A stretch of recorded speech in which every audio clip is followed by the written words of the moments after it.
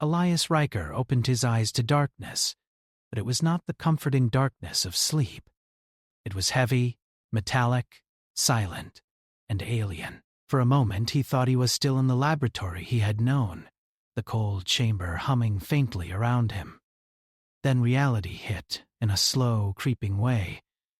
The air smelled different, and the faint light that finally trickled into his vision revealed walls he did not recognize. Panels of polished metal, glowing softly with colors he had never seen before, stretched around him in smooth curves. He struggled to sit up, and the stiffness in his body reminded him of the long sleep he had undertaken, but he had not slept a few months. Something was very wrong.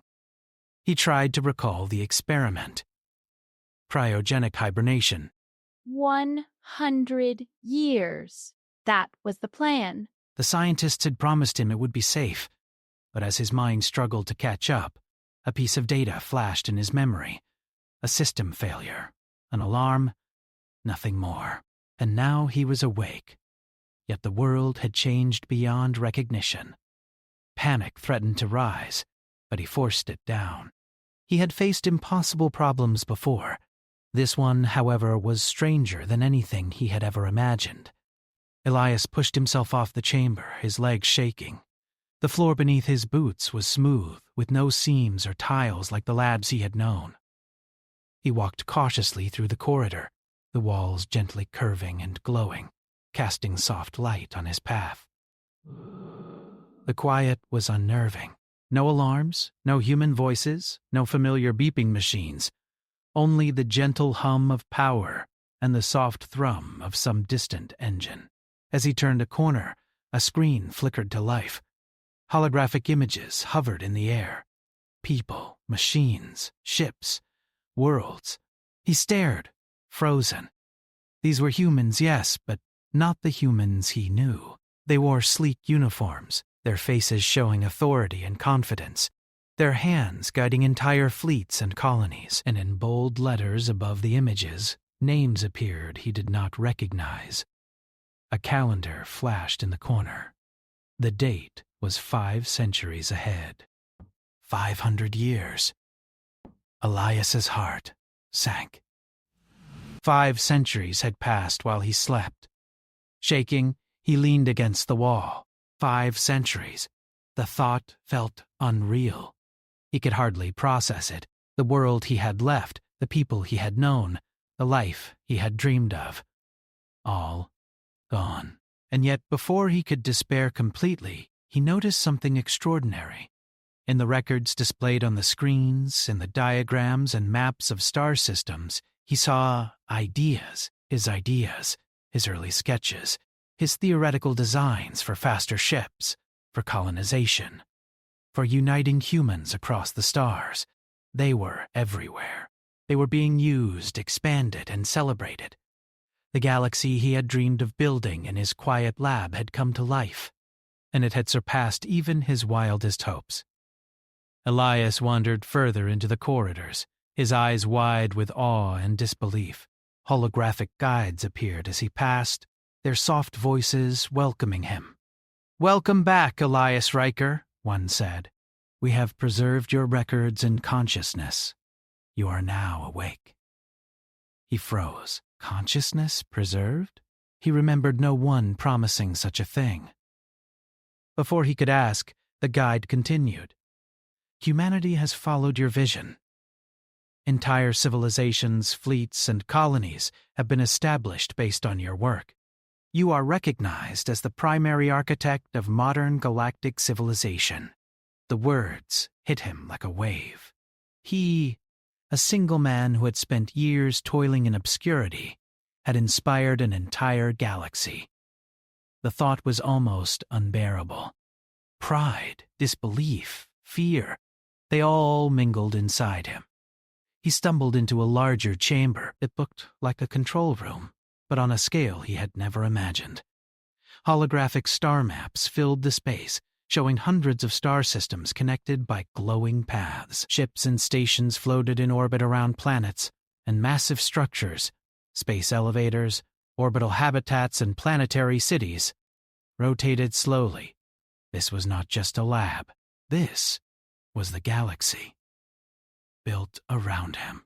Built around his dreams. Elias's mind raced. He remembered his early dreams of humanity reaching the stars, of people working together instead of fighting, of technology being used to uplift, not destroy. But he had never imagined it would happen so completely, so quickly in the cosmic sense. He had thought progress would be slow, painful, full of setbacks. Yet here it was. Civilization had not only survived, it had flourished. And it had done so by following the spark of his imagination. He began exploring the chamber.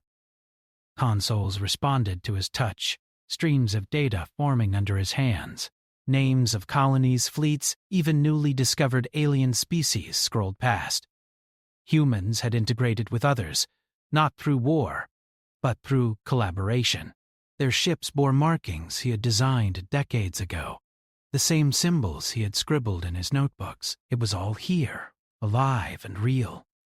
He felt as if he were dreaming, but every sensory detail confirmed that this was reality. The galaxy was vast, alive, and breathtaking. As he delved deeper, he found historical logs. They told of catastrophes humanity had faced, a great alien threat, internal conflicts, resource crises. And in each case, it was his early work, his theories, inventions, and even small writings on ethics and cooperation that had provided guidance. The galaxy had used his mind as a blueprint. Elias could hardly breathe. He had always imagined he might leave a mark on the world, but never imagined this. Despite the wonder, there was unease. He walked into a large observation room, looking out at a nearby planet glowing with life. Cities sparkled on the surface like jewels. Above, orbital platforms and stations rotated in harmony. Entire fleets patrolled, not for conquest, but to protect trade routes and colonies. And yet, in the midst of beauty, there was an undercurrent of tension. He could feel it, a subtle hum of politics and power, of systems maintaining balance. Even a galaxy built around dreams had its dangers. A voice broke his thoughts. "Elias Riker," it said, calm but firm. He turned to see a human figure approaching, taller and more imposing than anyone he had known. Her uniform gleamed, and her presence radiated authority. "I am Commander Lyra Vaughn," she said. "You are awake. Welcome to the Galactic Council. We have much to show you, and much to discuss." Elias's mind swirled. Council? Discussion? He had not asked to lead or govern. He had only dreamed of exploration and progress. But here, centuries ahead, the galaxy had expectations of him. He was not just a visitor. He was a symbol, a guide, perhaps even a savior. The weight of it pressed down on him. Could a man from the past truly help a galaxy of the future? Could he even understand what had happened while he slept?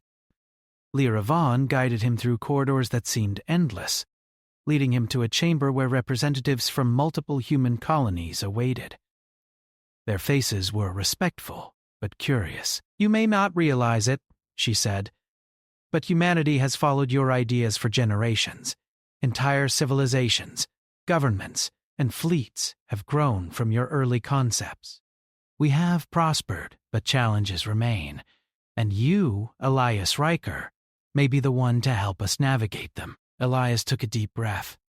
He wanted to speak, to ask questions, to demand answers. But no words came. Instead, he looked out at the galaxy beyond the windows. The stars, planets, ships, all glowing with life and promise. In that moment, he understood something profound.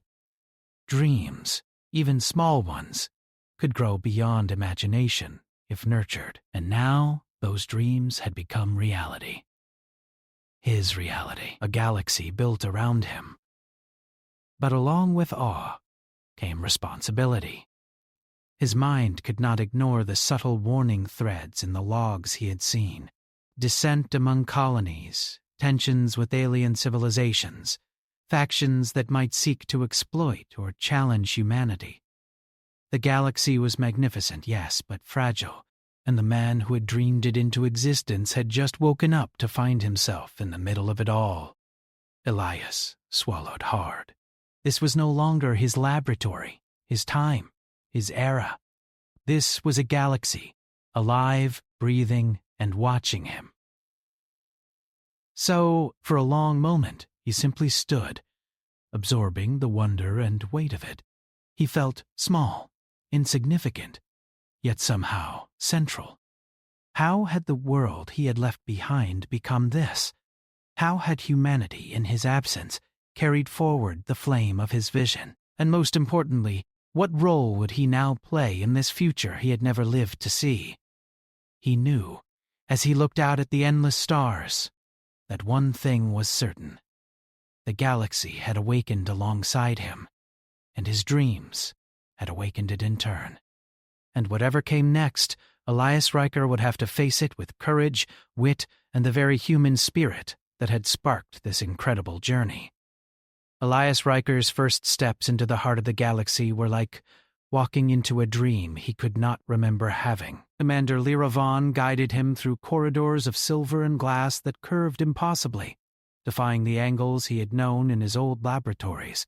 Holographic displays floated in midair, projecting star maps, ship schematics, and historical records. Everywhere he looked, the galaxy seemed alive, buzzing with the quiet hum of civilization. And everywhere he looked, he saw fragments of himself, his early theories, his sketches, even personal notes he had thought were forgotten, now shaping entire planets and fleets.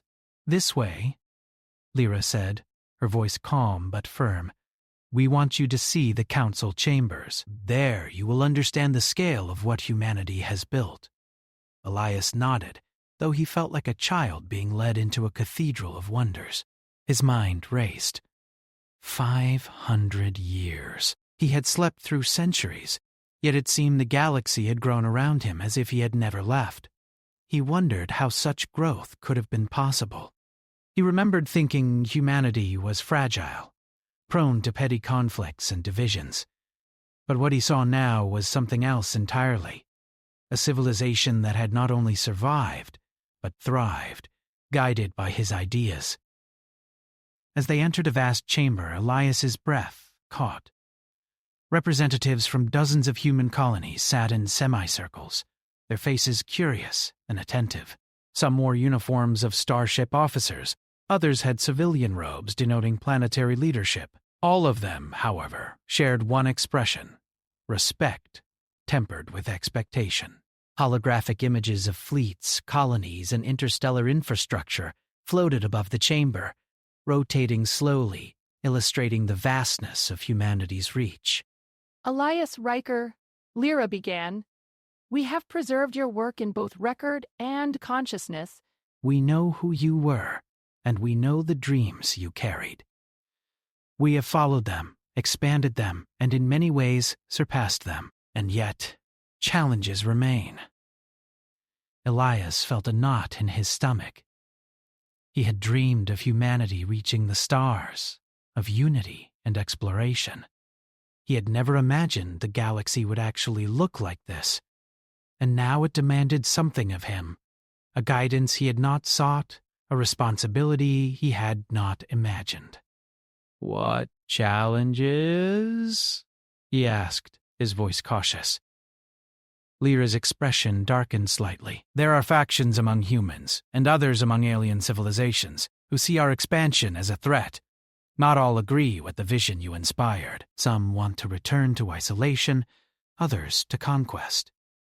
And some are less predictable. We believe they may try to destabilize key systems."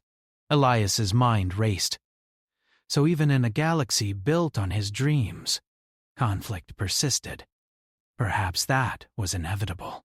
Even dreams, he realized, could be fragile if the people who inherit them were divided.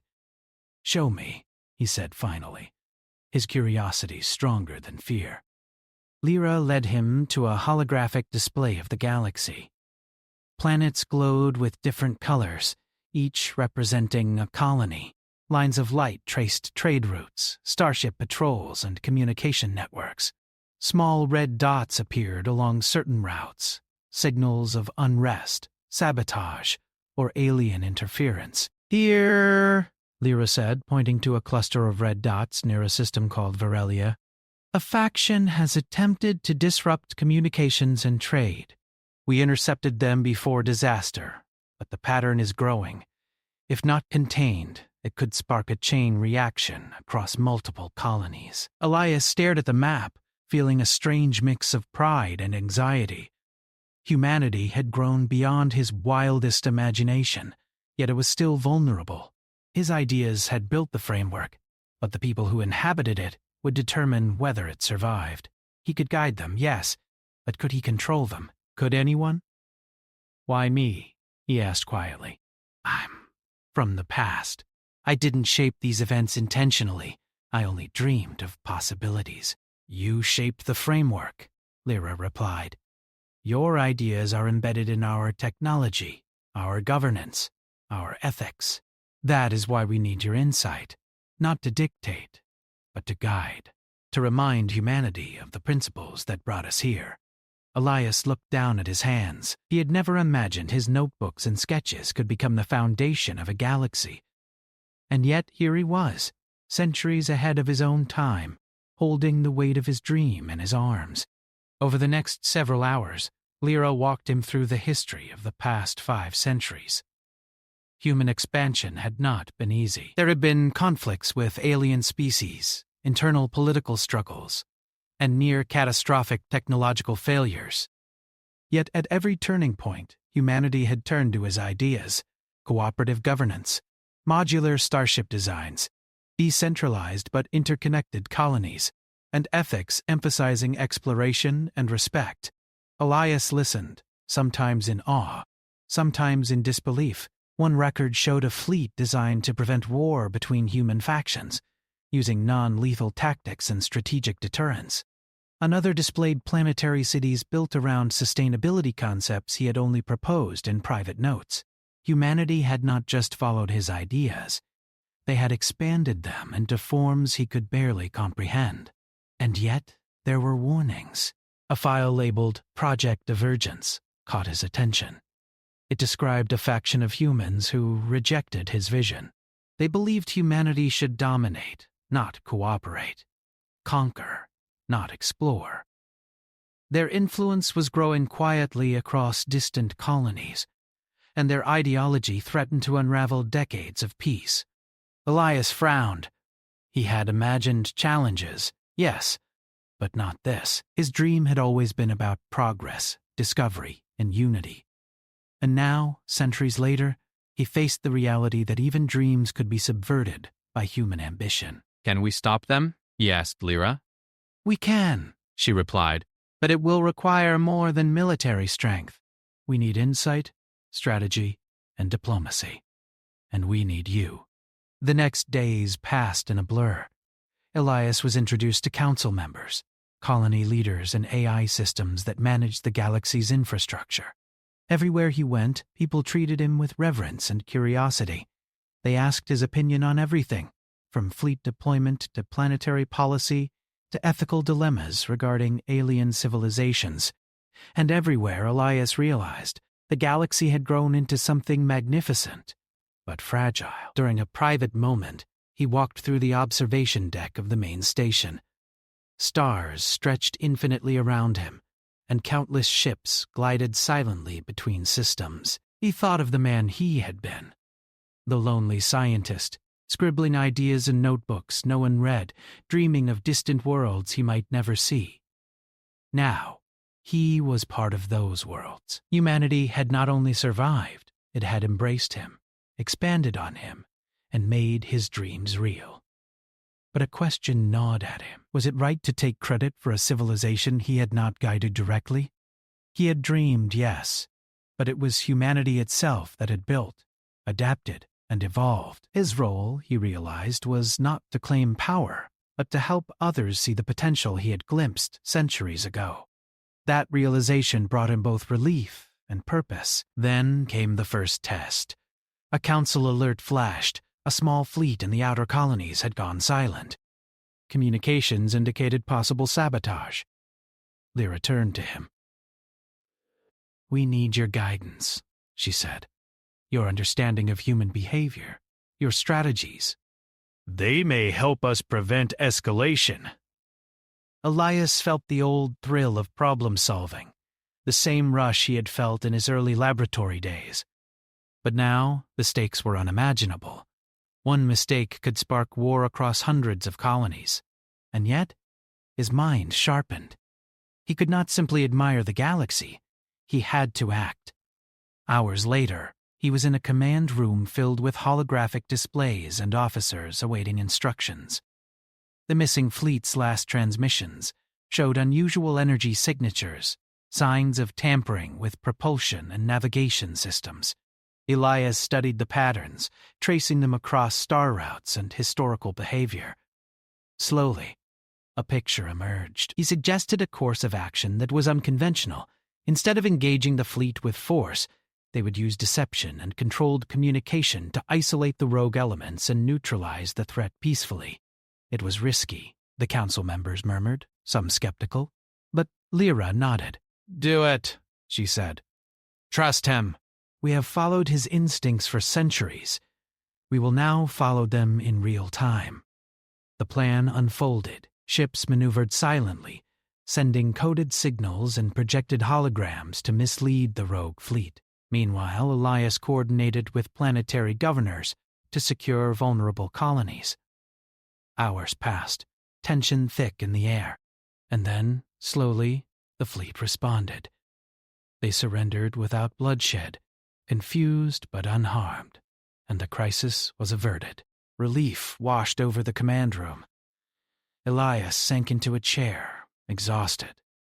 The galaxy had tested him, and he had passed. But more than that, he realized something fundamental. Humanity's strength lay not just in technology or fleets, but in creativity, ethics, and insight, the qualities he had always admired. The galaxy had built itself on his dreams, yes, but it had also made him see the true power of the human spirit. That night, Elias stood on the observation deck again, looking at the stars. Planets shimmered with life, fleets glided silently, and distant colonies sparkled like jewels scattered across the dark canvas of space. He felt awe, humility, and a quiet determination. He had been given a second chance, not just to witness the future, but to help guide it. And he would not waste it. Somewhere, deep in the galaxy, challenges waited. Factions and threats that could undo centuries of progress lurked in shadowed systems. But Elias was ready. The galaxy had built itself around his dream, yes, but it would thrive because of humanity itself. And he, awakened from 5 centuries of sleep, would be there to see it through. For the first time, he allowed himself to smile. The journey was only beginning, and for the first time, he felt fully alive. Elias Riker felt the weight of centuries pressing on him as he prepared to address the rising crisis. The rogue fleet in the outer colonies had been contained, but intelligence reports indicated a larger, more coordinated threat. Human factions aligned with the rogue fleet were quietly recruiting across distant systems, and certain alien civilizations, long hesitant to trust humanity, had begun to challenge trade routes and territorial claims. The galaxy he had awakened to was magnificent, yes, but it was not safe. Commander Lyra Vaughn met him in the command chamber, holographic star maps hovering between them. "Elias," she said, her voice calm but urgent, "we've confirmed that these rogue factions are coordinating. They are small in numbers, but highly strategic. If we do not act, they could ignite conflict across multiple star systems." Elias studied the holograms. Ships moved in calculated patterns. Colonies showed signs of unrest, and communications had been intercepted. He remembered his own notes from centuries ago about human behavior, conflict resolution, and strategic deterrence. For the first time, he realized he would not just guide humanity in theory, he would have to think like them in action. "I need to meet them," he said finally. Lyra blinked. "Directly?" she asked. "Yes," he replied. "I need to understand their motivations. If we only rely on force, we will escalate. But if we understand them, we can prevent war without bloodshed. A council session was convened. Leaders from dozens of colonies listened as Elias laid out his plan. "We will create a controlled operation," he explained. "We will isolate the factions, disrupt their coordination, and give them a choice. Join the unified network or face limited, non-lethal containment." "We must avoid war, but we must act decisively," some council members murmured skepticism. "He is from another time," one said.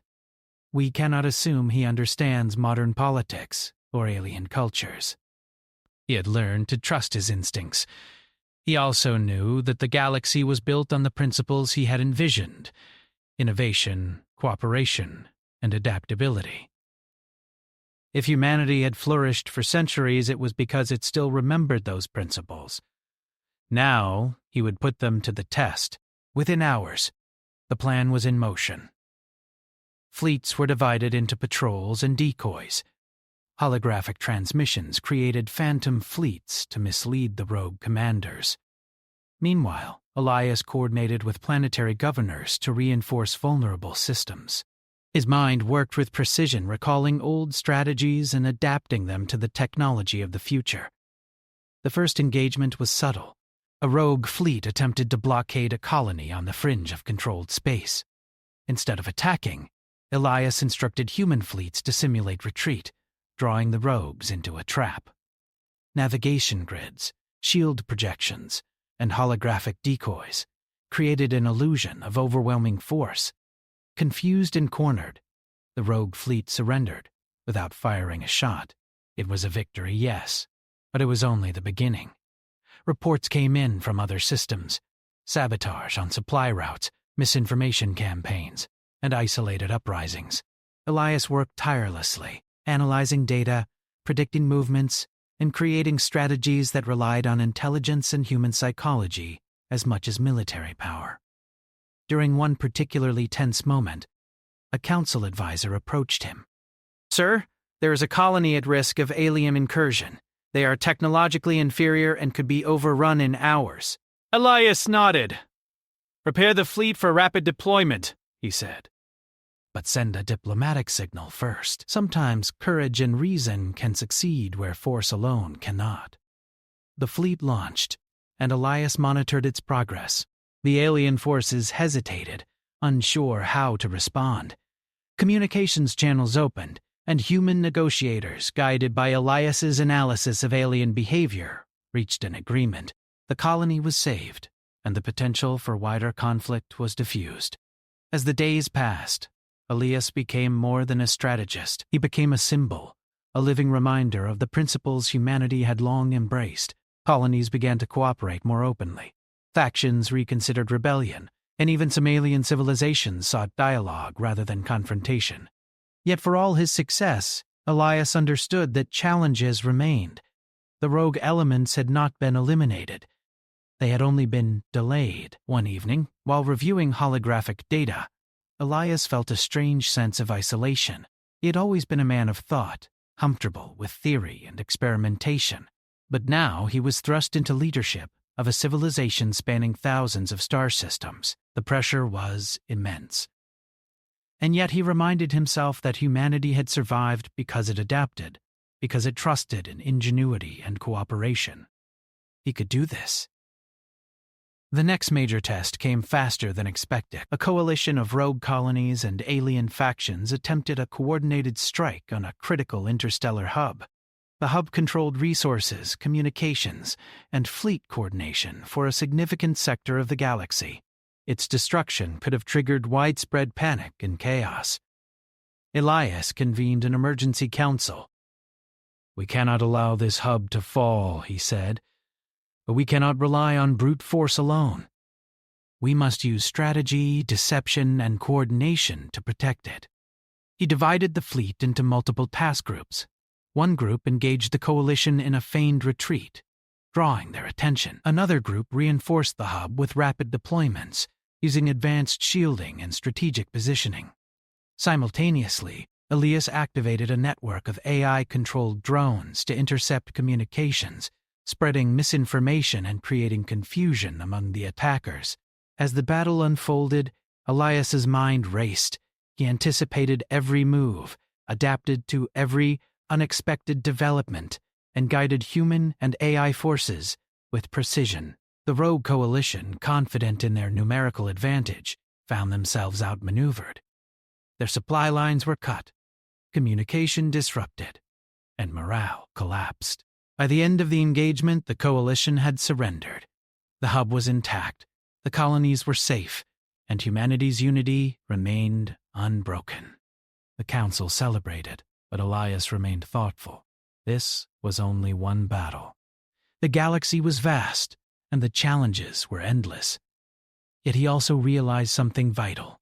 Humanity's strength was not in numbers or weapons alone. It was in creativity, in courage, and in the ability to learn and adapt. In the following weeks, Elias traveled across several colonies, observing how his ideas had been implemented and how humans had evolved them. He visited orbital cities, vast agricultural worlds, and research stations that seemed to hum with life. Everywhere he went, he was greeted with awe and curiosity. People asked him questions, sought his guidance, and shared stories of how his early work had inspired entire generations. Yet even in these moments of admiration, he never allowed himself to forget the lessons of the recent conflicts. Power, even guided by dreams, could be dangerous if misunderstood. The galaxy was beautiful, yes, but fragile. Elias's role was not simply to admire it. It was to ensure that humanity continued to thrive without losing its principles. One night, while walking through an observation deck on a distant space station, Elias watched fleets move like silent dancers among the stars. Planets glowed below, cities shimmering with life, and distant colonies sparkled like tiny jewels. He thought of the rogue factions, the alien threats, and the endless challenges humanity had faced. And yet, he felt hope, not because he controlled the galaxy, but because he saw humans living up to their potential. They were resilient, inventive, and compassionate, the qualities he had always admired. A message arrived from Commander Lyra Vaughn. She had arranged a meeting with the leaders of several distant colonies, who had been hesitant to align with the unified network. Elias would speak with them, not as a ruler, but as a witness to what humanity could achieve when guided by vision and cooperation. The meeting was tense. Leaders argued, some distrustful, some defensive. Elias listened carefully, recalling the lessons of human behavior he had studied long ago. Then he spoke, not with authority, but with conviction. He reminded them of humanity's past, of the struggles they had overcome, and of the potential that lay ahead. He spoke of exploration, of creativity, of unity without domination. Slowly, skepticism gave way to understanding. By the end of the session, several colonies pledged support, inspired not by fear, but by the vision he had helped ignite centuries ago. Returning to the observation deck, Elias allowed himself a moment of quiet reflection. The galaxy was vast, complex, and sometimes dangerous, but it was also alive with human spirit. The rogue factions had tested him, and he had risen to the challenge. Humanity had survived centuries, thrived, and adapted. And he, a man who had slept through 500 years, had become part of that story, not as a ruler, but as a guide, a witness, and a reminder of what humans could achieve. He looked out at the stars, feeling the weight of responsibility alongside a profound sense of wonder. The galaxy was built around his dreams, yes, but it would live on because humanity itself was alive, inventive, and courageous. And as long as he drew breath, Elias Riker would help ensure that those qualities continued to flourish, guiding a civilization that had grown far beyond the limits of his imagination. For the first time since awakening, he felt a sense of balance. The challenges were immense, but they were not insurmountable. Humanity had the tools, the ingenuity, and the spirit to face whatever the universe would throw at it. And Elias Riker, once a lonely dreamer, would stand beside them, not as a god, but as a human being who had dared to dream and had seen the galaxy respond. The night passed, and the stars continued their silent dance. Elias stood, eyes fixed on the infinite possibilities ahead. The rogue factions were only the beginning. There would be more tests, more threats, and more opportunities for growth. But he felt ready. For the first time, he truly understood what his dreams had meant, not just for him, but for every human alive across the stars. And somewhere deep in the darkness of space, he felt the quiet hum of life, of intelligence, of possibility. The galaxy had been built around his vision, but it would endure because of humanity itself. And in that truth, Elias Riker found hope, courage, and a new sense of purpose. Elias Riker stood on the observation deck of the Central Command Station, watching the galaxy hum with life. Planets gleamed like scattered gems across the darkness of space. Fleets moved in coordinated patterns, and colonies thrived with quiet, bustling energy. The threats of rogue factions and alien provocations had been contained, and humanity had begun to stabilize under the systems his dreams had inspired. Yet Elias knew that stability was fragile. The galaxy was vast, and peace required more than ships and weapons. It required vision, trust, and human spirit. Commander Lyra Vaughn approached him, her expression calm but expectant. Elias, the Council has convened. They want your guidance for a new initiative. He followed her through the corridors of the station, passing beings both human and alien, some curious, some respectful. Elias marveled at the diversity, at the civilization humanity had become, and at the ways they had embraced cooperation over domination. The galaxy had built itself around his dreams, yes, but now it had grown beyond him. The realization was humbling. He had inspired the framework, but it was the people who had made it real. The council chamber was larger than any room he had known. Representatives from hundreds of colonies filled the space, holographic projections of entire systems floating above. Elias's presence drew attention, as it always did, but today he felt different. He was not merely an observer or a strategist. He was a witness to what humanity had achieved. Elias Riker, Lyra began, we have faced threats, we have overcome crises, and we have expanded further than any of us could have imagined. Yet the galaxy is still at a crossroads. How do we continue to grow without losing the principles that made us strong? Elias paused, choosing his words carefully. Humanity has survived because it dared to dream and to cooperate, he said. It has thrived because it respected life, ingenuity, and ethics. Expansion is not just about colonizing space. It is about spreading values. If we maintain our curiosity, our willingness to explore, and our courage to face challenges together, we will not just survive, we will flourish. Murmurs of agreement spread through the chamber. Several leaders nodded, inspired by his clarity and vision. But Elias knew that words alone were not enough. He proposed concrete measures, interstellar educational programs to foster understanding between colonies, coordinated scientific missions to advance knowledge, and a diplomatic initiative to establish alliances with alien civilizations. These programs would prevent conflict before it began and strengthen the bonds that had allowed humanity to thrive.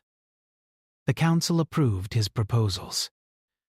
Fleets were reassigned to support scientific missions rather than combat. Colonies shared resources and technology openly. Aliens who had been hesitant to engage with humans were invited to participate in collaborative projects. The galaxy was no longer just organized around his ideas.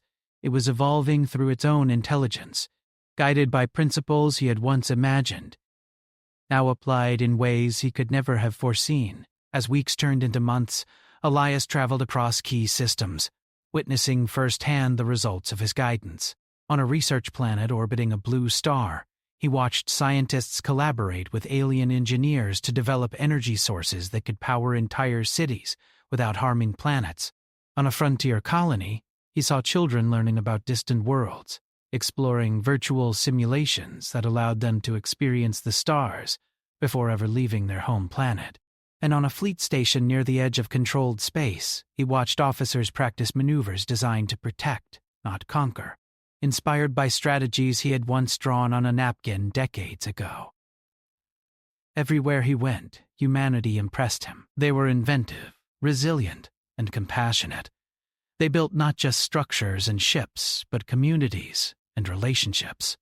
They had taken his dream and made it their own, improving, expanding, and personalizing it in ways he could never have imagined. The galaxy was alive, and humanity was thriving at its heart. Yet Elias did not allow himself to grow complacent. Reports of smaller rogue groups still arrived, though they were fewer and less organized. The galaxy would never be free from conflict entirely, but Elias understood that it was not conflict itself that defined a civilization, but how it responded. Human ingenuity, courage, and ethics could always steer the future toward growth rather than destruction. One evening, Elias returned to the observation deck of the central station. The stars stretched endlessly before him, fleets moving silently like dancers, planets glowing with life. For a moment, he allowed himself to simply be no plans, no strategies, no crises. He thought of the man he had been, a lonely scientist dreaming in his lab, unsure if anyone would ever understand his ideas. And now, centuries later, he had awakened to a galaxy that had not just listened. It had built itself around his dreams, evolved them, and taken them farther than he could have imagined. A small voice interrupted his reflection. He turned to see a child, a human girl no older than 10, peering at him with wide eyes. "Are you the man who built the galaxy?" she asked. Elias smiled. "Not alone," he said gently. "The galaxy is built by everyone who lives in it. I only helped imagine it." "But people say you dreamed it first." "Yes," he admitted. "And then people made it real." The girl nodded thoughtfully. "Then maybe one day I can dream something too, and people will make it real like you." Elias felt warmth spread through him. That was exactly the point. Dreams were seeds, and humanity was the soil that nurtured them. One dream could inspire generations, and generations could transform it into something greater. His own journey had proven that. As he watched the child run off to join others in the glow of the observation deck, Elias reflected on the trials of the past months. Rogue factions had tested him. Alien civilizations had challenged him, and the galaxy had demanded leadership he had never sought. Yet through all of it he had learned something vital. The strength of humanity lay not in him, but in themselves. His role was not to dominate or command, but to remind them of what they could achieve together. He returned to his quarters that night and reviewed the latest reports. Colonies were stabilizing, fleets patrolled with precision, and alliances were strengthening. More importantly, humans were learning from their challenges, adapting, and thriving. The galaxy was no longer fragile. It was resilient, capable of facing whatever uncertainties the universe might bring. In his private moments, Elias allowed himself to remember the life he had left behind. The small laboratory, the notebooks filled with ideas, the quiet nights spent imagining stars he might never reach. That life felt distant, almost dreamlike, but it had been the foundation of everything. Without that spark, none of this would exist. And now, centuries later, he could see the full measure of its impact. The next morning, the council convened once more. Elias presented long-term plans: the creation of a unified exploration program, interstellar education networks, and projects to understand and collaborate with alien civilizations. He emphasized ethics, creativity, and resilience as guiding principles. The council approved unanimously, and the initiatives were set into motion.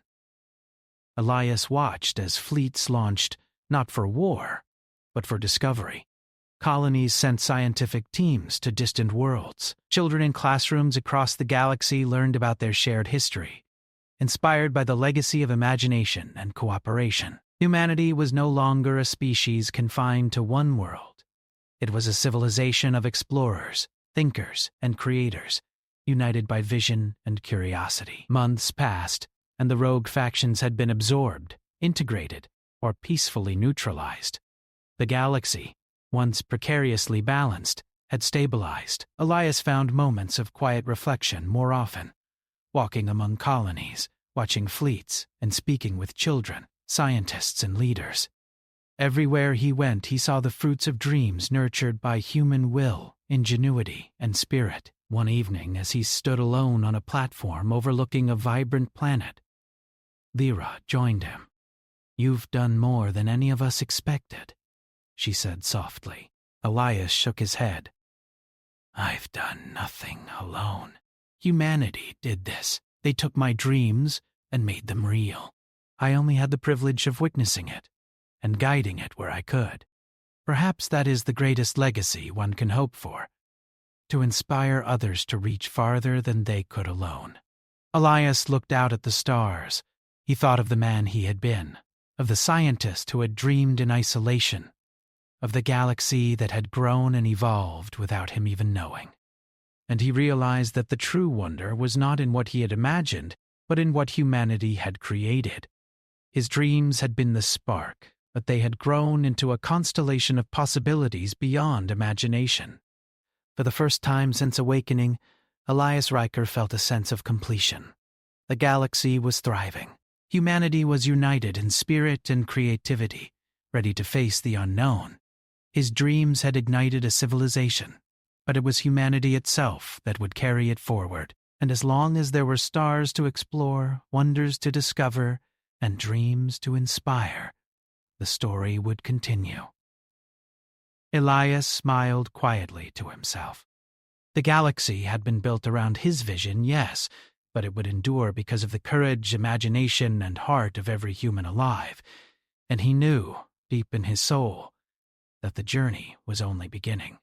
Not for him alone, but for all of them. As the stars shimmered, fleets glided between planets, and distant colonies pulsed with life. Elias Riker took one final look at the galaxy he had awakened to. It was vast, brilliant, and full of possibility. He had dreamed of this moment centuries ago, and now he was here to witness it. Humanity had not just survived the universe, they had claimed it with courage, vision, and spirit. And in that truth, Elias Riker found hope, pride, and a quiet peace. The galaxy was alive. Humanity was thriving, and the dream he had once whispered in solitude had become the foundation of a civilization that would shine across the stars for centuries to come.